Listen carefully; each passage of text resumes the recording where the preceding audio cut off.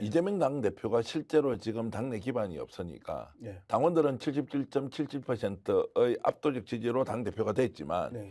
여전히 당내 지지 기반이 없다.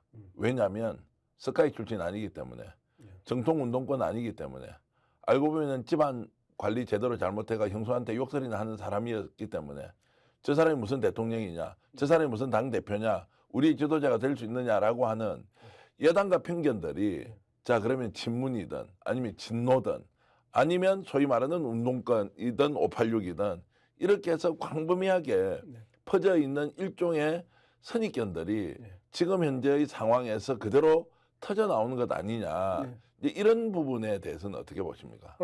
지금 그 부분이 가장 큰 문제였고 그 원인도 거기라고 저는 생각을 해요. 여전히 이재명 예전에 내가 그 초선할 때 내가 재선할 때 부대변인 시켜달라고 코 찔찔 흘리면서 뛰어다니는 아이 이렇게 표현을 해요. 예. 그렇게 저한테 직접 했던 사람이 있어요. 그래서 내가 시켜줄까 말까 하다가 한 번 시켜줬어. 이렇게 이야기하는 사람들이 있단 말이에요. 자, 그리고 운동권 출신들, 소위 말하는 그 386 세대들이 그렇게 술자리에서 공공연히 그렇게 이야기해요. 나는 학생운동 하지 않은 애들은 안 믿어. 라고 이야기를 해요.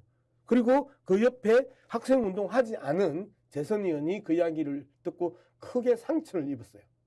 그리고 술 마시다 그런 이야기를 토로해요. 누가 그렇게 이야기했다고. 자, 이들이 가지고 있는 아주 오만한 학생운동권 엘리트주의가 민주당의 상당 부분 뿌리 내리고 있고 그리고 그 엘리트주의를 중심으로 해서 선배 세대들, 소위 말하는 정통파 주류 세대들이 함께 손잡고 끊임없이 이재명 당대표를 비주류로 격화시키고 폄하시키면서 이재명 당대표가 무슨 일을 할 때마다 뒷다리 잡고 브레이크 걸었고 심지어 체포동의안에 가결표까지 던진 사람들 아닙니까? 자, 그렇게 이제 보면 지금 민주당에서 극복해야 될 것 중에 하나가 이 아주 싸구려 선민의식이 특정인에 대한 현재의 모습이 아니라 과거에 살아왔던 이력을 가지고 예단 편견을 가지고 재단하는 이런 모습은 정말 이번에 민주당이 구태를 벗어던진다는 마음으로 정말 제거해야 되는 정말 악습 중에 하나다 이런 생각이 들고요. 네, 천박한 선민의식. 천박한 선민의식이 가지고 있는 폐해가 이재명 대통령 후보 그리고 당대표로 이어지는 이때 그들의 미천들이 다 드러났어요. 자, 민중을 위해서 서민을 위해서 개 풀 뜯어먹는 소리 하지 말라고 그래요.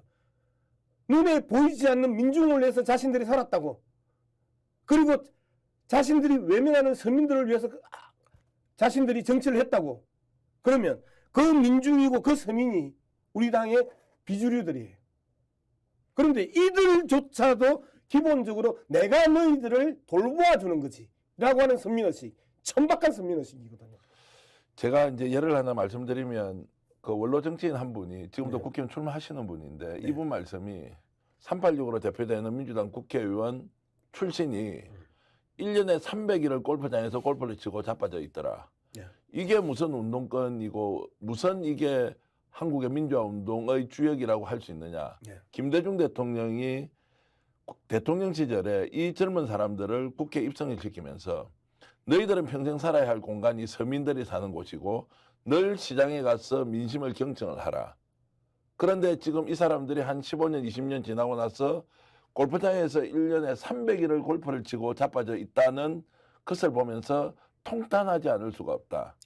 이게 지금 민주당 안에서 국회의원을 하고 있거나 했던 386들이 보여주는 모습이다. 그래서 제가 말씀을 좀 더 보태면 민생경제연구소에 있는 안진걸 소장이 민주당이 이번 총선에서 반드시 해야 할 것은 386, 소위 말하는 86세대와 관련된 부분을 척결하지 않으면 대한민국 민주주의 없고 정치 발전 없다. 운동은 추억이고 기억이지 지금 대한민국을 발전시키는 동력은 되지 않는다라고 제가 사실 공개적으로 처음 말씀을 드리지만 저하고 술자리에서 그렇게 울분을 토하고 있습니다. 운동권이라고 다 운동권도 아니고요. 운동은 우리 사회에 쓴 약이 되고 이것을 통해서 우리나라를 발전시키려고 운동을 한 것이지 운동 팔아서 장사하려고 내가 잘 먹고 잘 살고 호의호치 가려고 한 게 아니단 말씀입니다. 예. 그런데 그들이 지금 이재명이 가는 길을 마치 잘못된 것처럼 짓밟거나 또는 폄훼하고 있는 것인가. 아, 이것이야말로 정말 민주당이 어떤 식으로든 극복해야 될 중요한 과제로 안고 있다 이런 생각이 좀 들어서 예. 제가 갑자기 평론을 하게 됐습니다. 저도 그 내용들을 지속적으로 이야기를 해왔었습니다. 86 세대들이 97 세대들을 다 잡아먹었어요. 이번에 97 세대들 즉 90년대에 대학을 다니고 학생운동을 했던 사람들 거의 대부분이 중간에 후보검증위원회에서 다 날아갔어요. 자, 끊임없이 압박했던 거죠.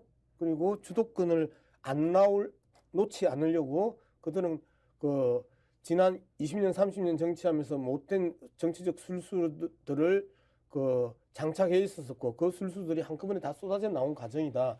그래서 97 세대들하고 앉아서 그 술 마시면서 이야기하면 그 친구들이 표해내는 분노는요. 지금 우리 둘이서 이야기하고 있는 내용을 훨씬 더 넘습니다. 그 분노들을 우리가 충분히 이해를 하고 있고 그 97 세대들이 이재명 대표하고 함께 하거든요.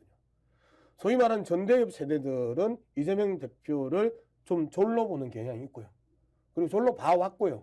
그리고 실제 행동도 졸 취급하면서 체포동의안 가결에 결정적인 힘을 보탰던 사람들이 그 사람입니다. 어디? 민주주의 4.0, 민주당의 길, 상식과 원칙, 원칙과 상식, 이 그룹들이 다 그런 그룹들이에요. 그 그룹들이 이재명에 대해서 사법 리스크, 그다음에 당대표 사퇴, 그다음에 국회의원 그 출마 반대를 정말 흘러간 옛노래의 후렴구처럼 그렇게 불러댔던 사람들이에요. 그리고 그 뒤에 숨어 있는 사람들이 있어요. 그 숨어 있는 사람들. 그 숨어 있는 사람들 대표적으로 예를 들어 볼까요? 이인영 의원 같은 경우에 전당대회 때 70년 세대들을 불러서 밥을 사주고 언언을 하고 그리고 그 사람들을 부추겨요. 그랬잖아요. 기억나죠? 나는 이런 사람들이 여전히 뒤에서 황제 노릇, 재앙 노릇 하려고 하는 거 아니냐라고 생각하고 배후 조정하려고 하는 거 아니냐. 그럴 시간이 있으면 본인이 더 많이 대중들을 만나고 아스팔트에 분노한 사람들과 함께 울고 웃고 어깨 긁고 그리고 검사 독재 타도하자라고 외치고 해야 되는 거 아니에요? 자, 그래서 이제 민주당 혁신의 중요한 과제 중에 하나가 기득권화되어 있는 86 세대 문제를 어떤 식으로든 이번에 정리해야 된다.